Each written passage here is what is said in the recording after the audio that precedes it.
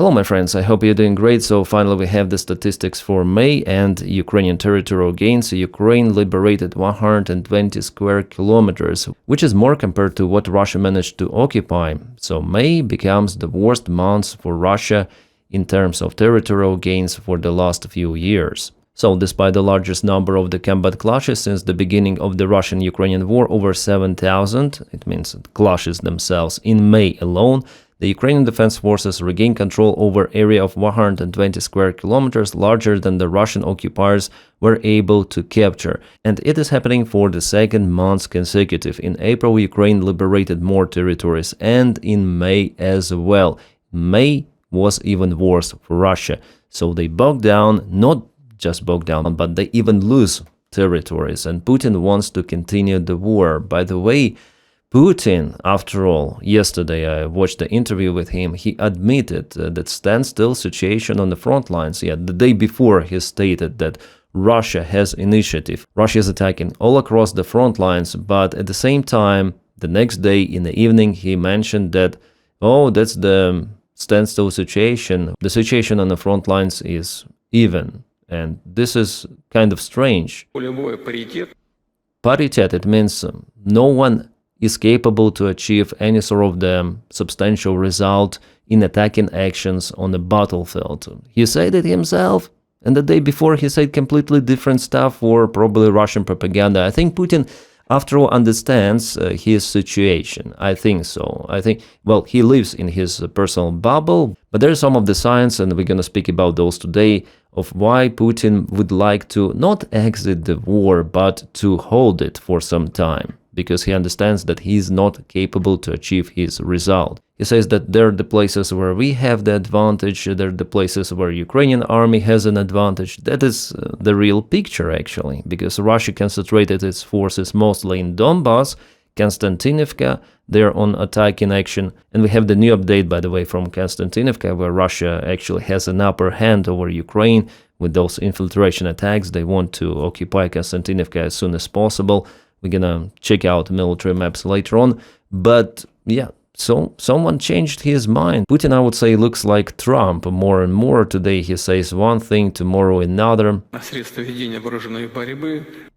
So he also admitted that there is the threat from the drones, but our air defense is working, and yeah, it's understandable. But Putin also mentioned that the proper decisions are not taken on time. By Russia, yeah, by Russia, he said. So who is controlling Russia? Who is managing Russia? Who is in charge? I mean, if he says that the proper decisions are not made, by whom? By himself? Well, this is the very, very strange response, probably one of the strangest ones. So Slatkov, Alexander Slatkov, is one of the main standard Russian military blogger who is affiliated directly to the Russian propaganda. And if he says that the situation on the front line is bad, it means that it is definitely bad, especially then they tell about it on the Russian TV. He says that Ukraine has at least 10 drones per Russian soldier. 10 drones per soldier. Well, some military bloggers say that it could be 20-70 drones. It was his answer on a question how's the situation on the front line from one of the Russian propaganda journalists on one of the main Russian political TV shows. So yeah, for Russia it's absolutely not good, and they're unable to reach results.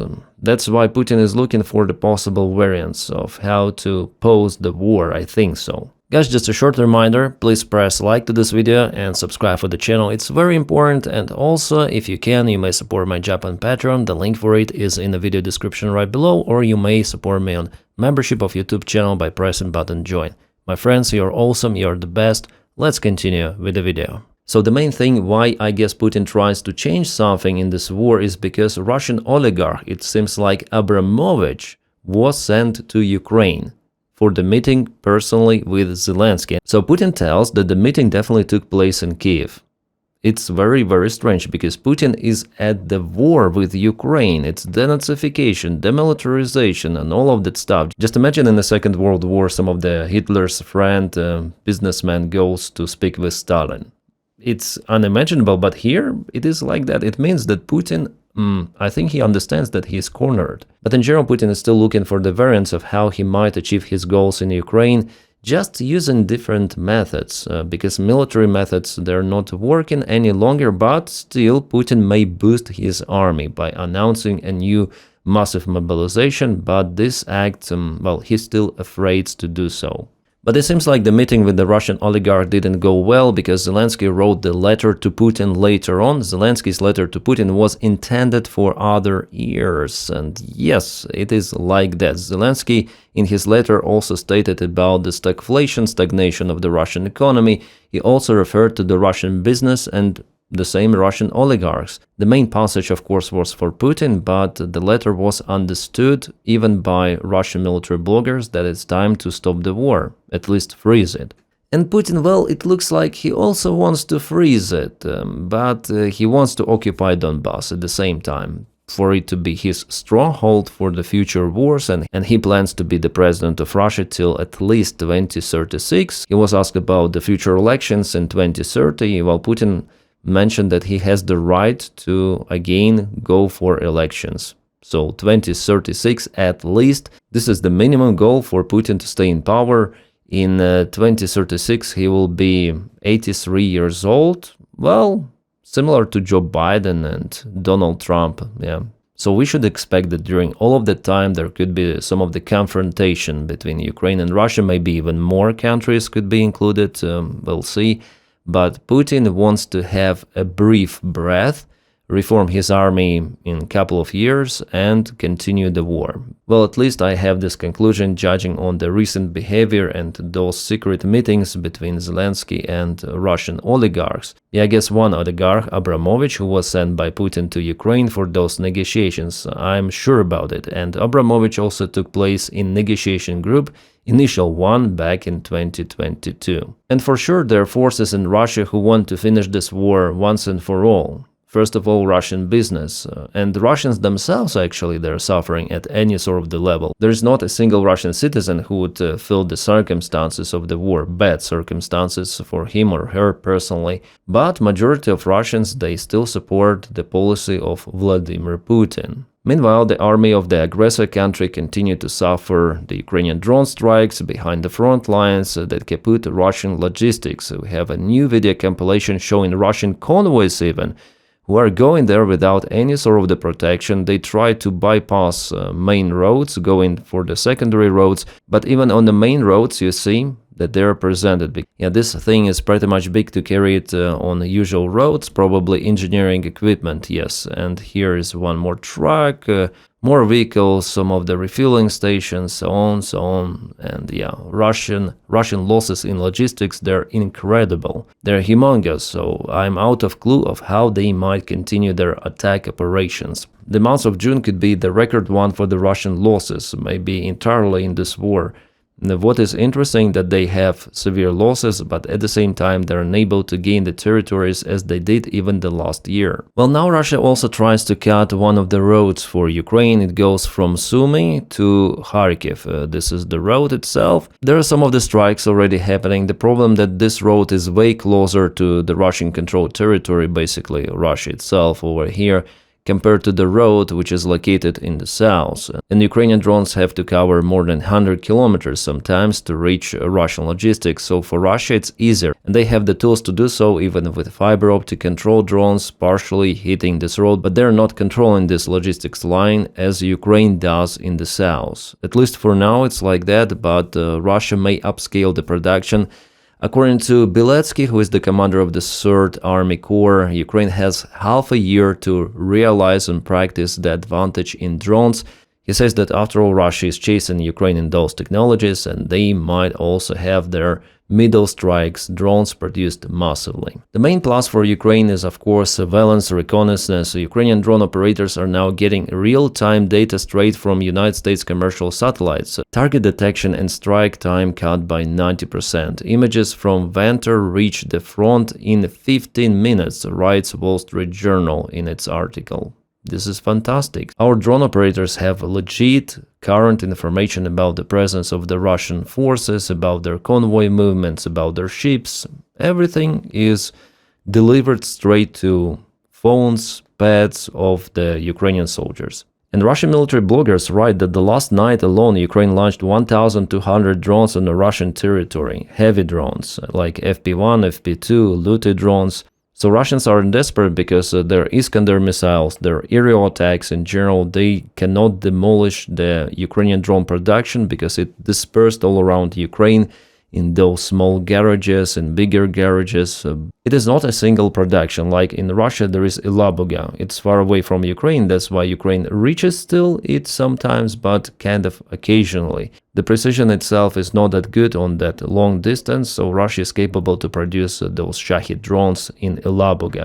Actually, they're using the child labor to produce those. It is crazy. By the way, they paid influencers to advertise Elabuga on Twitch, on YouTube. Well, Twitch initially banned those Russian influencers who called people to go and work there. YouTube, so far, it didn't do a thing. This is a Ukrainian vehicle. It was hit on the road that I showed you from Sumy to Kharkiv, yeah? So it was delivering some of the goods and it was hit. Also, the trailer was hit and truck left the scene, so it's the new stage of the war when logistics is not safe, and soon it's not gonna be safe, I guess, for Ukraine as well, sadly, but we see the first attempts of Russia to hit Ukrainian logistics, let's say with a larger scale than usual. But still, Ukraine has an advantage in those drones and strikes. This is Ust-Labensk. It was filmed today, yes. It was the night strike of Ukrainian drones on this oil storage, and as you see, many of the tanks are being disabled. And we have a new video from Magyar Birds. This is Donetsk Oblast, I guess the southern part of it, near Mariupol, and how they use drones to demolish Russian dugouts, Russian positions, Russian headquarters. This area has never been reached by drones before, but now our surveillance, our intelligence knows where Russians put their positions. And you see the presence of the Russian forces. They use usual houses as their barracks. Well, Ukraine visits them. And here you may see that multiple positions are on fire. This is crazy. Yeah, fire after fire. This is what occupiers get, then they go to Ukraine. And of course, some of the storages, some of the ammunition, some of the oil, and some of the transport, as usual. Nice job from Magyar Birds. And this is available on Magyar channel on YouTube. Awesome. Oh. Tumen is very far away from Ukraine, but the refinery there was hit the last night and fire there continues.